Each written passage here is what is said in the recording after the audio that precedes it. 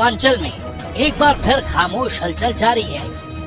पूर्वांचल में एक बार फिर सियासी बाहुबल का दमखम देखने को मिल सकता है। पूर्वांचल में दो बाहुबलियों के बीच रंजिश का एक नया राजनीतिक रूप शायद आकार ले रहा है। खबर है कि पूर्वांचल के बाहुबली और गैंगस्टर रह चुके मुख्तार अंसारी की परंपरागत सीट मऊ सदर से पूर्वांचल के ही बाहुबली ब्रजेश सिंह चुनाव लड़ सकते हैं। ये बेहद चौंकाने वाली खबर है, क्योंकि अगर ऐसा हुआ तो मुख्तार अंसार के परिवार और ब्रजेश सिंह के बीच नए सिरे से राजनीतिक रंजिश शुरू हो सकती है। दरअसल मऊ सदर सीट से 5 बार विधायक रहे गैंगस्टर मुख्तार अंसारी की 28 मार्च 2024 को यूपी के बांदा जेल में मौत हो चुकी है। मुख्तार 1996 से लेकर 2017 तक 5 बार लगातार मऊ सदर सीट से विधायक रहा। 2017 में उसके बेटे अब्बास अंसारी ने बीएसपी के टिकट पर चुनाव जीता और 2022 में अब्बास अंसारी सपा एसबीएसपी के संयुक्त प्रत्याशी बनकर ओपी राजभर की पार्टी से चुनाव लड़ा और विधायक बना।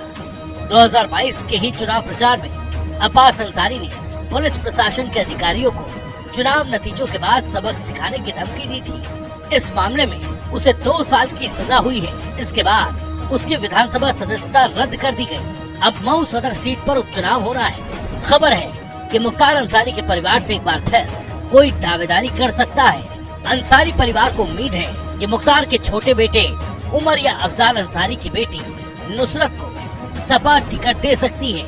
लेकिन सवाल ये है कि बाहुबली और गैंगस्टर रहे मुख्तार अंसारी का परिवार अगर चुनाव लड़ता है तो उसके मुकाबले में कौन होगा? इस सवाल का सबसे हैरान करने वाला जवाब संभावनाओं की सुर्खियां बना हुआ है। मऊ सदर सीट से लोगों में इस बात की चर्चा जोरों पर है कि अंसारी परिवार के खिलाफ सबसे मजबूत प्रत्याशी बाहुबली ब्रजेश सिंह हो सकते हैं। ब्रजेश सिंह का नाम इसलिए चर्चा में है क्योंकि मऊ सदर सीट पर बीजेपी के पास फिलहाल कोई ऐसा नाम नहीं जो असरदार हो, क्योंकि मऊ सदर विधानसभा सीट के इतिहास में कभी कमल नहीं खिल सका।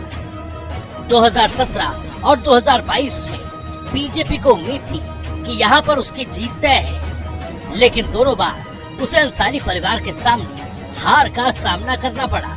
बहरहाल बाहुबली ब्रजेश सिंह अगर मऊ सदर सीट से बीजेपी के उम्मीदवार बनते हैं तो नए समीकरण इतिहास के पन्नों से बाहर आ जाएंगे, क्योंकि ब्रजेश सिंह और मुख्तार अंसारी के बीच करीब 2.5 दशक तक खूनी रंजिश और गैंगवार वाली लंबी लड़ाई चली। मुख्तार अंसारी आखिरी दिनों में जिस मुकदमे की पेशी के लिए मऊ लाया गया था, वो केस ब्रजेश सिंह के साथ हुए शूटआउट का ही था। मऊ सदर सीट पर होने वाले उपचुनाव में अगर ब्रजेश सिंह सियासी जंग में उतरे तो बाहुबली मुख्तार अंसारी के साथ उनकी दुश्मनी का इतिहास भी नई करवट ले सकता है। दरअसल ब्रजेश सिंह और मुख्तार अंसारी की दुश्मनी 1990 के दौर में शुरू हुई थी। 1988 में गाजीपुर जिले के गैंगस्टर त्रिभुवन सिंह के पिता रमापति सिंह की हत्या कर दी गई थी। उनके भतीजों ने ही जमीनी विवाद में अपने चाचा त्रिभुवन सिंह को मार डाला। हत्या का आरोप साधु सिंह और मखनू सिंह पर लगा। ये दोनों गाजीपुर के मुडियार गांव के रहने वाले थे और मुख्तार अंसारी के आपराधिक गुरु भी थे। ब्रजेश सिंह ने मुख्तार के आपराधिक गुरु और त्रिभुवन सिंह के पिता के हत्यारे साधु सिंह को पुलिस हिरासत में अस्पताल में गोलियों से छलनी कर दिया।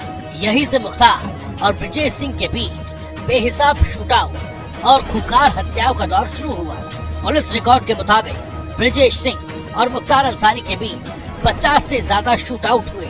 1996 में जब मुख्तार अंसारी पहली बार मऊ सदर सीट से बीएसपी के टिकट पर चुनाव जीतकर विधायक बना तो उसने ब्रजेश सिंह को चौतरफा घेरने की कोशिश शुरू कर दी। लेकिन 2002 के विधानसभा चुनाव में ब्रजेश सिंह ने बड़ा खेल कर दिया।